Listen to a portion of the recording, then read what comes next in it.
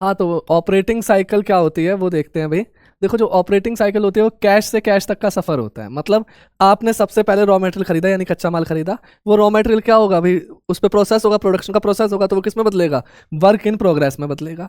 अब वो work in progress से फिर उस पर प्रोसेस चलता रहेगा, तो वो किस में चेंज होगा, फिनिश गुड्स में चेंज होगा। फिनिश गुड्स के बाद वो सीधा तो बिकेगा नहीं, और बिकने के बाद हो सकता है कि वो उधार में बिक जाए, तो डेट पेमेंट के लिए हमें वेट करना पड़ेगा। उसके बाद हमको वापस क्या मिल जाएगा, कैश। मतलब हमारा जो पहले वाला कैश है वो वापस कितने टाइम में कैश बनता है, उसको हम क्या बोलेंगे, ऑपरेटिंग साइकिल बोलेंगे।